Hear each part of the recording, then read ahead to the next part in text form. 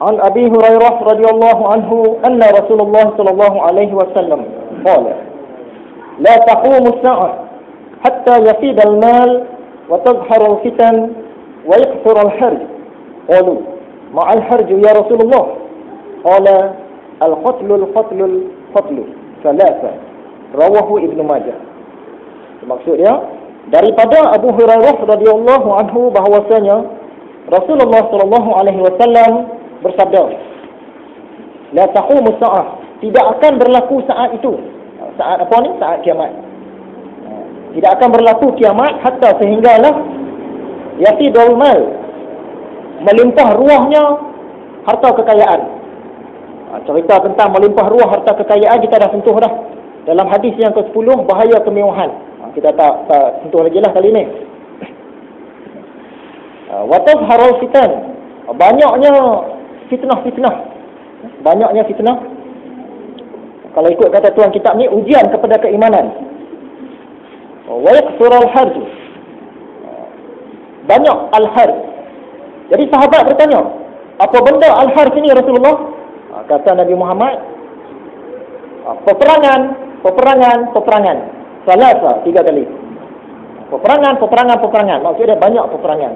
Jadi kalau kita tengok sepintas seluruh, memang zaman sekarang lah yang dimaksudkan oleh hadis ni. Ya, peperangan. Salasa ni hari Selasa, hari yang ketiga. Mula Ahad. Itu orang buat cerita. Jemaah kita pergi menunaikan haji di Mekah. Dia nak beli barang RM4. Dia fikir nak sebut RM4 macam mana? Usalli fardan zuhri arba'ah 4 rakaat. Okey, Syekh arba'atun riyal. RM4. Okey, RM4. Esok dia nak beli barang pula RM3. RM3 nak sebut macam mana?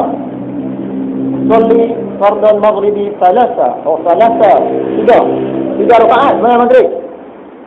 Syekh salasatun riyal, RM3.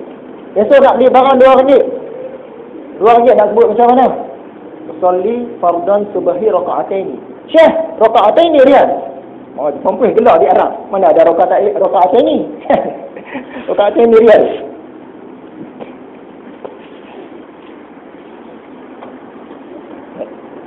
Okey, keterangan hadis oleh tuan Syekh kita.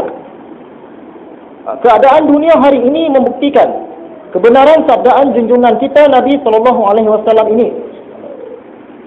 Harta benda melimpah ruah, banyak peralatan yang dihasilkan oleh teknologi barat dan timur, sehingga bertambah banyak alatan dan keperluan hidup. Maka oleh kerana itu, ramai orang yang berlumba-lumba untuk mengaut keuntungan dalam membuat dan memperdagangkan alat-alat tersebut. Contoh dia handset lah.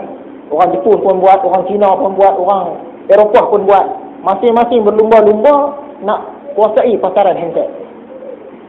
Perisian komputer sama juga.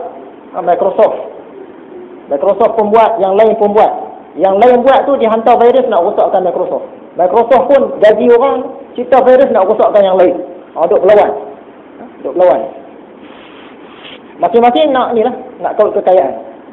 Dan oleh kerana masing-masing tamak dan rakus, maka terjadilah perebutan dan mengakibatkan berlakunya peperangan demi peperangan. Dari masa ke semasa, peperangan berkobar dengan tiada henti-hentinya. Padam di suatu tempat, menyala pula di tempat yang lain. Satu sama lain saling cakar-mencakar. Jadi perang ni kalau nak kata, sejak tahun 1900 sampailah sekarang ni, di mana-mana pun perang tak berhenti. Sambung menyambung. Tak ada habis di satu tempat, sambung pula di tempat yang lain. Kalau kita tengok, kesan peperangan ni memang sangat teruk. Dalam peperang dunia yang pertama, tahun 1914, seramai 8.6 juta orang mati. Cukup ramai tu. 8.6 juta orang. Bila sampai perang dunia yang kedua, zaman Jepun berkali-kali ganda. 61 juta orang seluruh dunia mati. Sebab perang dunia kedua saja. Punya ramai. Dalam sejarah peradaban manusia tak pernah ada satu peperangan yang mengakibatkan sebegitu ramai orang mati. Dalam perang dunia kedua zaman Jepun 61 juta orang. Sedangkan perang tu berlaku 6 tahun je. Orang Rusia saja 25 juta orang mati. Orang Cina 11 juta, orang Jerman 7 juta. Habis Perang Dunia Kedua, ada perang-perang kecil dan salah satunya perang yang besar ialah Perang Vietnam. Kita tengok cerita Rambo tu kan. Dalam Perang Vietnam ni lebih 1 juta orang mati. Tentera Amerika saja hampir 60,000 orang. Itu memang layaklah bagi mereka kan. Dia campur tangan. Kemudian berlaku pula Perang 6 hari. Kalau tak silap saya 67 kot. Antara negara-negara Arab dengan Israel. Tentera negara Arab ni punya ramai dengan jet pejuang punya banyak, kalah dengan Israel. Israel susah sikit je. Kalau ikut jumlah kematian, di sebelah Israel mati 800 orang. 779 orang. Di sebelah pihak tentera Arab dan orang awam 21,000 orang. Belah dia mati 800, belah kita mati 21,000 orang. Nak kata handal tak handal Israel ni. Jadi kuasa-kuasa barat mereka mencipta senjata. Dari sehari ke sehari mencipta senjata mana yang lebih moden, lebih canggih, lebih hebat. Tapi di mana mereka nak gunakan senjata ni? Tak ada tempat. Doktor seorang-seorang bersilat, seorang-seorang dia tak seronok.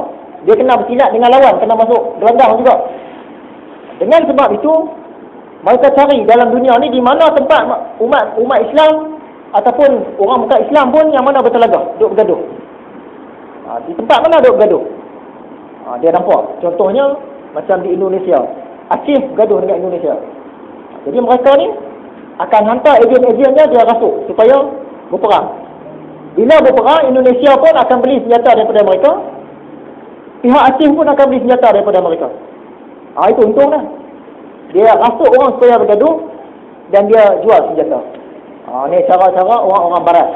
Baik Rusia, baik Eropah, baik Amerika. Di India pun sama. Perang Kashmir. Yang duk support ni ialah Rusia, Amerika. Duk hantar senjata-senjata. Perang Afghanistan pun sama. Kan dulu Osama bin Laden ni salah seorang daripada orang kuat Amerika lah ni. Amerika duk bagi dia senjata. Lawan dengan Rusia. Rusia duk support rejim komunis. Duk lawan lah. Jadi mereka ni memang suka berlaku peperangan. Terutama dalam kalangan sesama umat Islam. Sebab dia boleh jual senjata dia. Boleh jual senjata dia boleh uji. Senjata aku ni canggih ke tidak?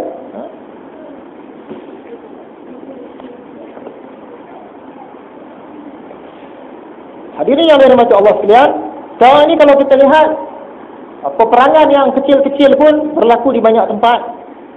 Di Xinjiang, China. Asalnya dulu Xinjiang ini ialah Turkistan Timur. Kawasan umat Islam, negara umat Islam. Bila dapat kepada China, dia tukar kepada Xinjiang. Habis ratus ribu orang mati, hilang, tak tahu ke mana pergi. Sampai sekarang duk perang.